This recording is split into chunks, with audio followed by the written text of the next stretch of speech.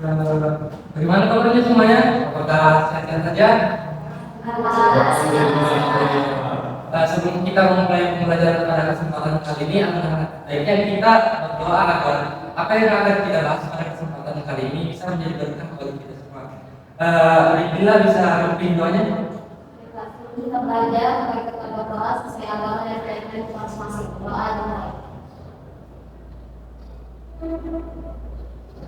Doa selesai. Adik-adik semuanya coba perhatikan mejanya, apakah ada yang kurang rapi bisa dirapikan. Perhatikan samping kiri kanannya, apakah ada sampah bisa diambil terus keluar buang. Kalau tidak ada, ya alhamdulillah baik, karena kebersihan kelas itu bisa membuat kita merasa nyaman pada saat pembelajaran. Adik-adik sekalian, kemarin itu kita telah mempelajari tentang air dan teori-teori pembentukan air. Sebelum kita memulai pembelajaran pada kesempatan ini, saya ingin mengevaluasi adik-adik sekalian, apakah masih ada yang mengingat materi sebelumnya? Apakah ada yang bisa memaparkan tentang teori kenapa saya di bumi? Angkat tangan. Oke, saudari adik Sunaria bisa menjelaskan. Salah satu teori yang menjelaskan mengapa air bisa ada di bumi itu yaitu teori pembentukan gas. Teori ini menjelaskan bahwa pada awal pembentukan bumi, atmosfer bumi terdiri atas gas-gas yang panas dan uap air yang bersubstansi. Pada saat itu sangat sulit bagi air untuk berwujud cair. Namun, seiring dengan proses pendinginan bumi, gas-gas atmosfer bumi mengalami kondensasi dan mengendap ke permukaan, termasuk uap air yang ada di atmosfer. Uap air ini kemudian mengumpul menjadi lautan-lautan yang membentang di berbagai wilayah bumi. Dokter sekali apa yang menjelaskan, beri aplaus. Betul sekali pembahasannya, air yang pertama kali di permukaan bumi itu terjadi akibat salah satu teori menjelaskan adanya ledakan antara dua planet. Nah, dua planet itu bergabung kemudian serpihan-serpihan debu dan molekulnya itu menjadi air. Selanjutnya itu tujuan pembelajaran yang akan kita capai pada kesempatan kali ini, yaitu yang pertama, siswa dapat memahami dan mampu memaparkan definisi hidrologi. Yang kedua, siswa dapat memahami distribusi air di permukaan bumi, dan yang ketiga, siswa dapat memaparkan siklus hidrologi. Baik, sekalian, sebelum kita melangkah lebih jauh lagi untuk pembahasan pada kesempatan kali ini, saya ingin memberikan pengantar singkat tentang air. Pada dasarnya, air merupakan sumber kehidupan bagi kita manusia. Air merupakan salah satu nikmat yang dikaruniakan oleh Allah Subhanahu Wa Taala kepada kita semua. Mengenai hal ini, kita dikembangkan pada surah Al-Kahfi ayat 63, yang artinya, apakah kamu tiada melihat bahwasanya Allah menurunkan air dari langit lalu jadilah bumi, dan sesungguhnya Allah selagi maha mengetahui. Dari ayat ini kita dapat mengetahui bahwa fakta tentang apa yang dikemukakan oleh para peneliti itu sejalan dengan apa yang telah digambarkan oleh Al-Quran, yang menunjukkan bahwa Al-Quran itu berisi bukti-bukti yang dapat diketahui kebenarannya di permukaan bumi ini. Oke, lanjut saja komentarnya. Yang pertama yang akan kita bahas pada kesempatan kali ini yaitu manfaat kita mempelajari hidrologi. Ada beberapa manfaat yang dapat kita pelajari hidrologi, yaitu yang diantaranya yang pertama, memperkirakan besarnya banjir.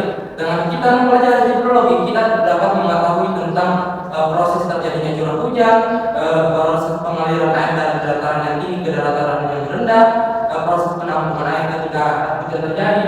Dan dari hal-hal tersebut kita dapat mengetahui tentang kapan terjadi banjir dan besar banjir itu terjadi. Manfaat selanjutnya dari kita mempelajari hidrologi adalah yaitu memperkirakan jumlah air yang dibutuhkan atau dapat dimanfaatkan dan memperkirakan jumlah air yang tersedia.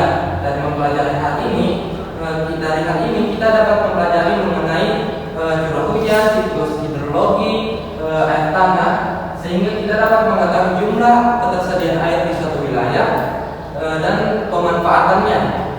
Dan saya paparkan sebelumnya, ada yang ingin ditanyakan? Oke, kita akan melangkah ke materi selanjutnya, yaitu tentang definisi ruang lingkup dan siklus hidrologi. Hidrologi berasal dari bahasa Latin yang terbagi menjadi dua kata, yaitu hidro dan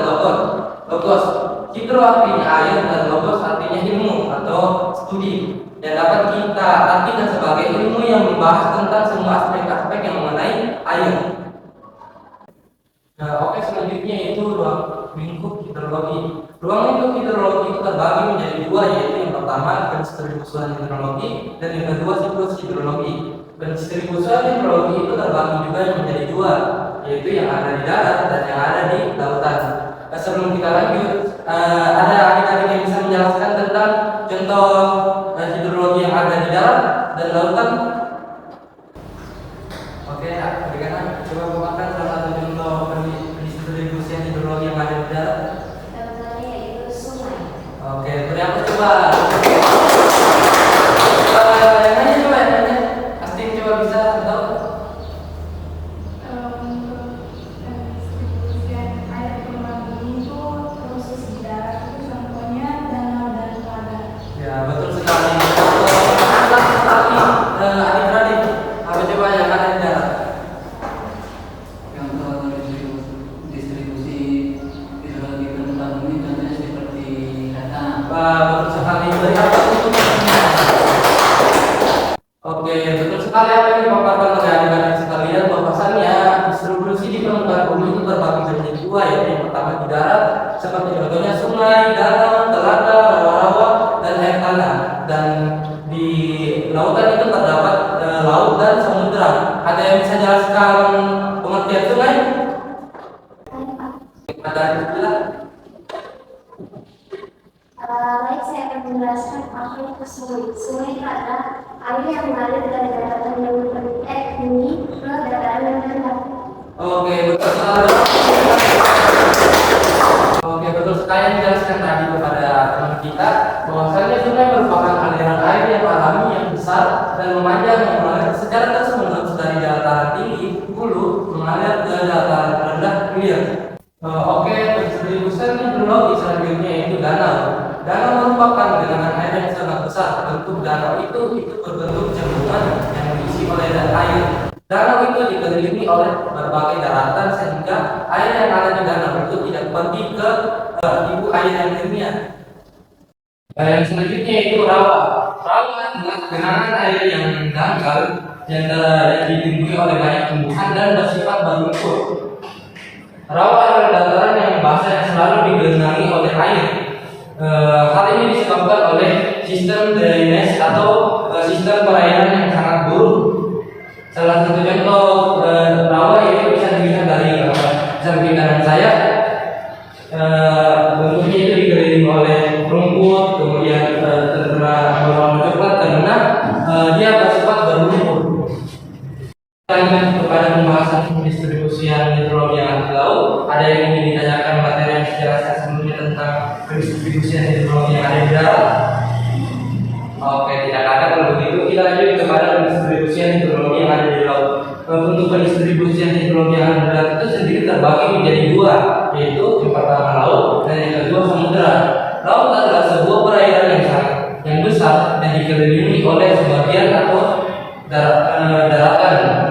Contohnya laut itu yaitu laut di sebelah sana di kabupaten kita, Laut Bone.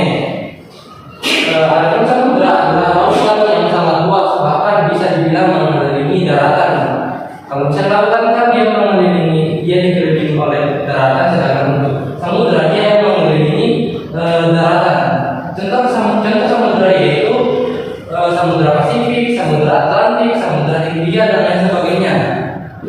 Selanjutnya akan saya paparkan yaitu tentang siklus hidrologi.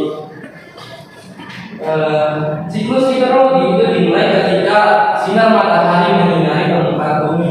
Sinar matahari atau radiasi permukaan bumi itu akan mengakibatkan air laut ataupun air yang ada di laut ataupun yang di daratan itu menguap, yang disebut sebagai evaporasi.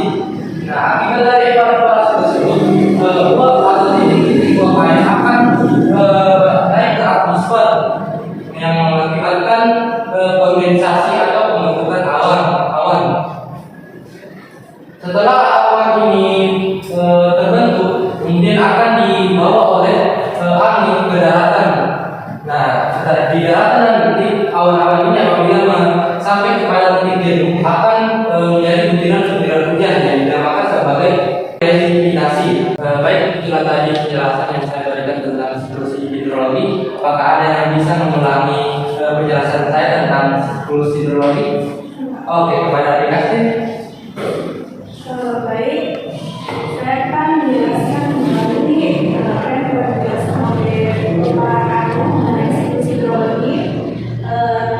Siklus hidrologi terjadi karena adanya kegiatan matahari. Matahari itu kemudian terevaporasi. Proses evaporasi ini bisa terjadi dari laut ataupun dari tumbuhan yang bumi. Kemudian menjadi uap air dan kondensasi menjadi awan. Awan tersebut kemudian terkumpul, dan jika awan tersebut sudah sangat padat, akan terjadi proses presipitasasi atau hujan. Kembali ke hujan turun ke permukaan bumi. Sekian saja dari saya. Oke, dari pemaparan Astin tentang siklus hidrologi, apakah adik-adik sudah paham tentang proses siklus hidrologi? Oke, pelajaran yang bisa dipetik dari siklus hidrologi itu, siklus hidrologi itu dimulai dari laut dan akan kembali ke laut. Sebelum kembali ke laut, dia akan menghidupkan bumi. Nah, berdasarkan siklus hidrologi, manusia pun mengalami hal yang sama. Manusia tercipta dari tanah dan akan kembali kepada tanah. Nah, namun sebelum manusia itu kembali kepada tanah, apa yang diberikan oleh manusia kepada manusia lainnya, kepada alam sekitarnya? Jika air memberikan kehidupan sebelum kembali ke laut, apa yang diberikan kepada manusia lainnya? Nah, itu yang menjadi tanda-tanda penting bagi adik-adik sekalian, menjadi elemen penting.